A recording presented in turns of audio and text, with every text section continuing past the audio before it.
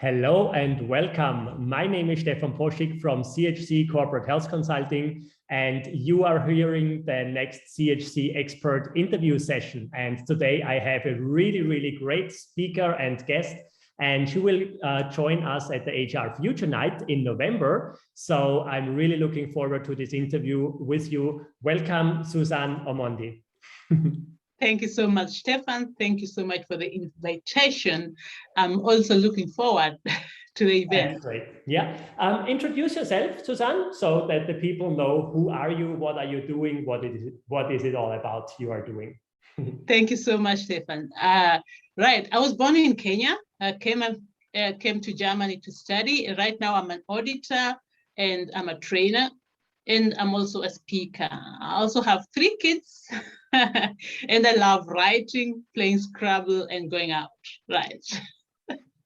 That's perfect. Thank you very much. And so this brings me right to my first question. We're going to talk about diversity and inclusion at the HR Future Night. So what is your personal definition from diversity and inclusion? Right. Thank you so much. As the name says, it's all about having a diverse team or knowing what I'm going to achieve with a diverse team and including them. It means not making people feel small because I feel superior, I'm giving you a job, but involving them, including them in your team. And also not only in your team, even if you don't have a diverse team in your company, know that your products and solutions, people are also interacting with them all over the world, probably. So that's also that we are in a diverse clubs, and along the life cycle or the value chain, we all have all these issues we should be looking into. Mm-hmm. That's a really cool definition. Thank you very much. Yeah. And so when you think about diversity and inclusion, where should a company start, or how can they start to approach these topics? Thank you so much. That's a very good question, because that's always the most difficult part of it. 2 points I've got here. They should define for themselves, what does it mean? What does it mean to them? Just exactly your first question. What does it mean, diversity and inclusion? And what's our strategy? What are we going to achieve with it? And maybe the third thing here, to include that in the corporate values, vision and mission. Where are we going to, and what does it mean? I mean, what kind of values, what kind of common values bring us together? So I think that's the best point to start, to show everyone, look, we have an orientation. It's like a compass, and this is the direction. They should not start perfect. It's something we do daily, but to get it more structured, start with the values. Check out your values, whether the term diversity or inclusion or whatever you call it is really included, and what does it mean to you and to your team. That's perfect. That's perfect, because I think so many companies are already talking about these topics. But in my opinion, or in my experience, very few companies are really living these topics. Yeah. You're right. So I think this approach is extremely important and extremely interesting, that they really define for themselves, okay, what are my values? Where do I want to go? Why do we want to implement diversity, implement inclusion? Why do we want to live these topics in our organization? Exactly. And just to add on that, dear Stefan, if you allow, many people, as we say, because it's now in maybe, and probably everyone is talking about it, let me also talk about it. I mean, I think that's not the point. It's just like digitalization. If you want to introduce a tool, you just don't do it because your competitors are doing it. And there's one thing I'd like to mention here. We call it seat warmers, or rather, that's how I call it. Don't just invite a diverse team so that people see you've got a diverse team, but involve them, include them, create a common understanding. And with that, you have multipliers. I think that's the best way to go about it. Definitely. So let's stay with this topic. Do you have 1 or 2 best practice examples you can give us, or where you know, okay, this was working very good in companies? Yeah. Defining the strategy, that's why I said it. If you start with a common understanding and checking every time, or even if you have new employees, new teams talking about it, and also creating rooms. That's also a very, very good example.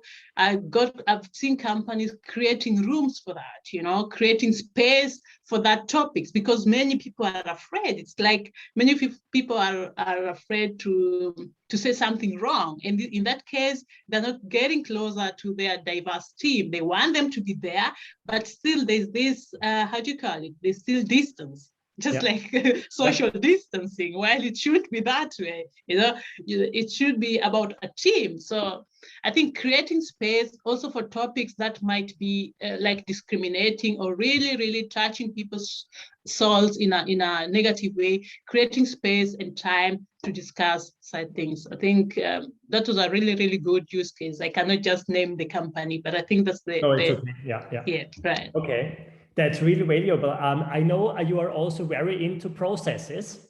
So what do you think about diversity or process-driven diversity or process-driven inclusion? What is your personal opinion on this? That's a very good point. Why? Because mostly we do projects, we start something and we forget to bring them to processes. So that's a very good point. So having started with our strategy and values, just make sure that's part of your onboarding. For example, that's an onboarding process. That's part of it, so that new people will always know this is what we stand for. And also including that in your reviews or company events. That will be like a process driven. You really know, okay, we have a checklist, and if you're going to talk about this, then we also have to include the diversity and inclusion matters. And also what I'd like to include here, it's not only about the people, depending on your products or solutions. It could be that your products, as I said before, like a smartphone or the applications that where people interact with them all over the world. Just always ask yourself also in your design process, are you really creating value for people over who are going to interact with their product or solution? And what about the people, the ripple effect? What about the people around them, So it's important to also ask yourself along the life cycle, that's also process oriented, are we still adding value and uplifting societies, communities, and other companies in this matter? Oh, that's really awesome. I'm really, really looking forward to the HR Future Night to go so much more into details in all these areas. Yes. So this brings me to my next question. So you introduced yourself and you said you were born in Kenya and you were raised there. So you came as a pretty young adult to a completely foreign country, to a completely other culture. What was your personal experience? How did they treated you? How was your experience in the corporate world? Thank you so much. I think the first difficult thing was to get into that corporate world. Okay. Immediately you get in there, that's another thing, but getting into that world. I remember the applications were really, I did up to 100 applications, and it was like, oh, my profs were like, you are very good. Why are not they taking you? So one time, one person really told me, everything looks perfect, Susan Omondi, but we are not going to take you because you're not a German. Our customers won't accept you.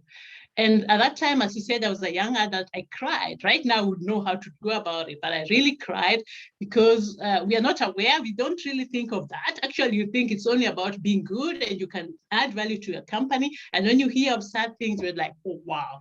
But again, other good example came up where someone said, oh, people like you, we have bad experience with you. And then I just said, look, give me a chance. So it also taught me we also have something to do. We people in the minority, we can also take a step and maybe take away this fear of working together. So I asked him, give me a chance, and it gave it to me. So generally, my experience is there's this community because of the media or people or whatever people are looking or reading, they think all these people are in a group. I'll put them together in this, whatever, in this basket, and everyone from this, not coming from Germany, won't add value to my company, for example. But if we are open enough and give everyone a chance, I think this will be really magic. Definitely, that's so true, and I hope so much more companies are really 100% open to these opportunities. Because what I experience is I have 5 companies in the meantime, and we are working in my newest company. We are working together with an American company and organization, and we have a software company also in India. And so we have so many different cultures in this new in this new company. And in my personal experience, the different mindsets, the different cultures are so extremely valuable. Yeah. For a project or even for young companies. So I think there is so much potential, but there is some kind of potential left on the street at the moment in these areas. Yes, very well said. And actually, we are moving forward. It's getting better. It's getting better, and there are very many good corporates that are doing it really quite well. But we should never forget, you know, if I talk to you, we quickly agree on something. But if you go out there, you'll see people are they fear even approaching me, like, oh, does she even speak my language? You know, so that the first, obstacles, and they will never get to know whether you can bring them further or not. So I think that's the best thing, just to be open. Let it happen. There's nothing worse. There's nothing bad that's going to come out of it.